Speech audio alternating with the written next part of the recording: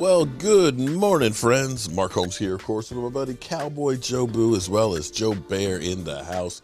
And as always, I want to thank you all for watching, commenting, subscribing, and being part of the Joe Boo Sports Report. Without you guys, as well as you ladies, you know that this literally, and I mean literally, does not work. So let's get open for business here, and let's wake up our football gods here on this thirsty Thursday. Man, it is the first day of July. I don't know about you, but I'm getting excited because 3 weeks from now, our Dallas Cowboys will be actually at Oxnard practicing football. We talk about practice, not a game now. We talking about practice. Okay, so here's what's interesting. Here's what's interesting here is what are the chances that the Dallas Cowboys look and say, we need some more help? That we need to go ahead and get some more free agent stuff out there. You know, we've talked about Richard Sherman. You know, he's still out there, doesn't have a team yet. We talked about KJ Wright. You know, we, of course, need another linebacker. He's out there. And then, of course, there was rumors of Stephen Gilmore. Should the Cowboys try and trade for Stephen Gilmore? Well, I'm here to tell you that one's not going to happen because Stephen Gilmore, who is holding out right now for a new contract, believes that he's not going to be traded from New England, that he believes they're going to work out the deal and get it all together and stuff. And there's no indications from New England basically saying, you know, try and find a deal someplace or find a home so that way we can try and get as much compensation as possible from there. So those out there looking and saying the Cowboys are going to make a major move right there, that's not going to happen. And quite frankly, I don't think the Cowboys aren't one that usually make a lot of trades and stuff going into training camp. What the Cowboys usually will do is what they always do, which is bargain basement shopping.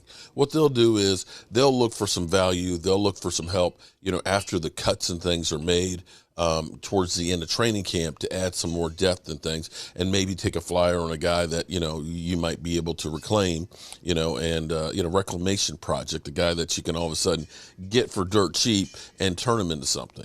And I just don't see the Cowboys spending any draft capital whatsoever. In fact, I think the Dallas Cowboys are in love with the whole concept of having so many draft picks. I think they had a ball this year at the draft and the way that it kind of shook out and getting some of the players that they didn't necessarily expect to get later in the rounds, that they like having those extra picks. So that is the way you truly build your team. The other part of that would be is Stephen Gilmore getting up there in age, also looking for a new contract. The Cowboys are already bloated with a lot of major contracts. If you take him on, you're looking at a guy who's looking at getting another contract, you know, extension, which would be big money as opposed to a draft pick. As much as people wanted us to go ahead and try and get Jamal Adams. Jamal Adams, you know, he's not holding out, but he didn't show up for OTAs. You know, Seattle wink wink said, yeah, it's excused, but he wants a new contract too.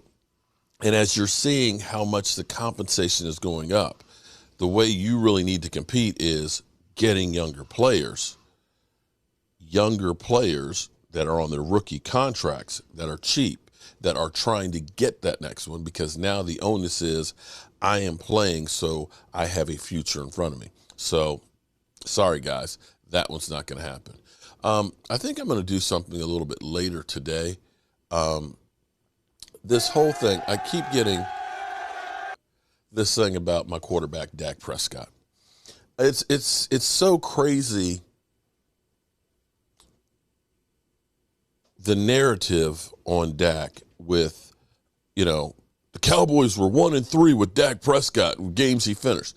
You know, there's always kind of like a little asterisk to put there. They don't put about the Giants game that it was on cruise control, that he did all the scoring, you know, caught a touchdown pass and threw a touchdown pass as well before, you know, getting the first down, breaking his ankle. You know, he did everything he could. When we talk about those games that we were playing, you know, 3 playoff teams that we went toe to toe with the defense that was giving up, you know, on average like 40 points. they preface it like, well, Dak Prescott was playing and he did, all these turnovers and he didn't do anything and he lost the game. It wasn't him that lost it. The only reason we were in the games was because of Dak. And so now, Roscoe, what? Okay, hold on. Who let the dogs out? Me. Go on, Roscoe. Who let the dog out? Me. Okay. All right. I'm back. And so now the narrative, of course, is, well, Dak Prescott is 1-2 in the playoffs. Okay. So you went toe-to-toe with Aaron Rodgers. You had 3 TD passes. You threw for 304 yards. You had them with the lead with 40 seconds left and the defense fails. Okay, that's Dak Prescott's. You go against the Rams and you're 1 score behind. All you need is your defense to have 1 stop against Jared Goff. Okay, right? But of course that fails. And I'm sitting here looking at it in the 3 playoff games. Like I said, I'll go into it more later. But it's almost comical because he's got almost 800 yards passing in 3 playoff games, 7 touchdown passing, 2 rushing touchdowns, and I think 2 interceptions. He has more yards in a playoff game than any that Tony Romo had. Any. He has more touchdowns in a playoff game than any that Tony Romo had. But then, Dak Prescott, man, he's ass, man. They wanted 2 in the playoffs. Oh, God. But you know what? This is what Dak does. He dusts it off. Shout out to Dak Prescott's alma mater, Mississippi State, who ended up winning the College World Series. I was in bed this morning and I was going through looking at Twitter and things like that and getting some of these clips and these highlights and stuff. And I was talking to my wife. I said, Dak is a special breed. He is one that realizes the power that he yields and the opportunity to help change people's lives for the positive. He's always given back with his football camps and things like that and looking out for others and stuff. But at that baseball game, home runs got hit. Guy catches it down below. He yells down, "Hey, toss it up to me," autographs it, and throws it back down. And that is the kind of guy that he is. That he is one of those ones that is an inspiration and gives everything of himself. And here it is last night after Mississippi State won the College World Series.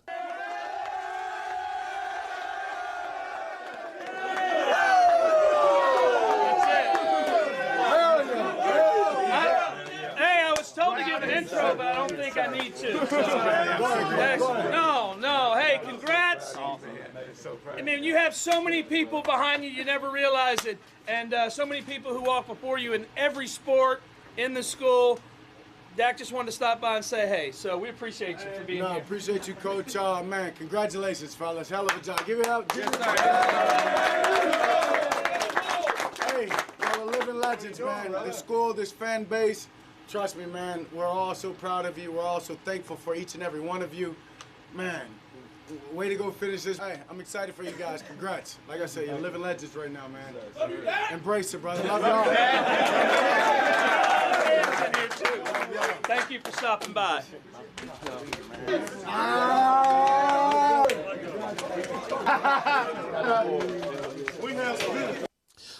I love that.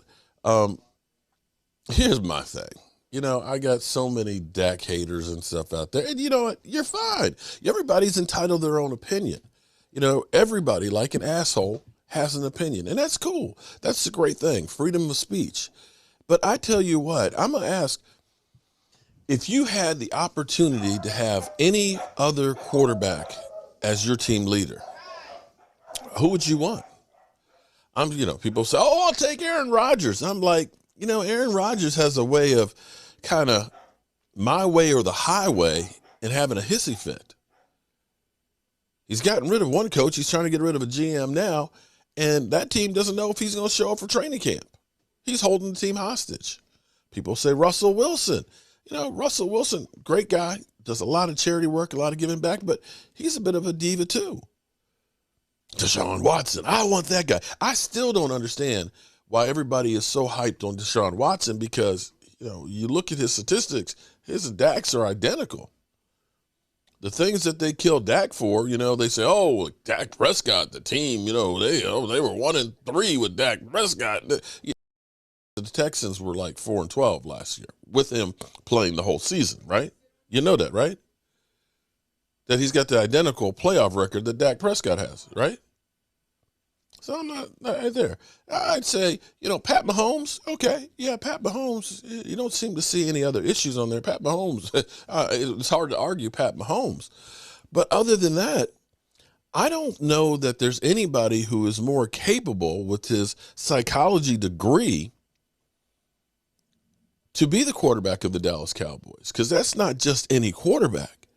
The scrutiny, the eyes, the platform. You need a special character that is able to literally brush all that crap off and keep on working. He's an inspiration. He's a leader. And there's so many intangibles, excuse my language, intangibles that come with Dak Prescott. There's nobody else like him. I'm glad that we got Dak Prescott as our quarterback. And with that being said, I got some work to do. And you know how it is. You'll see me all day long. All day long. All day. Into the evening. And even at night. I'll see you guys soon. Coach here, as always, I want to thank you all for watching, commenting, subscribing, and being part of the Joe Sports Report.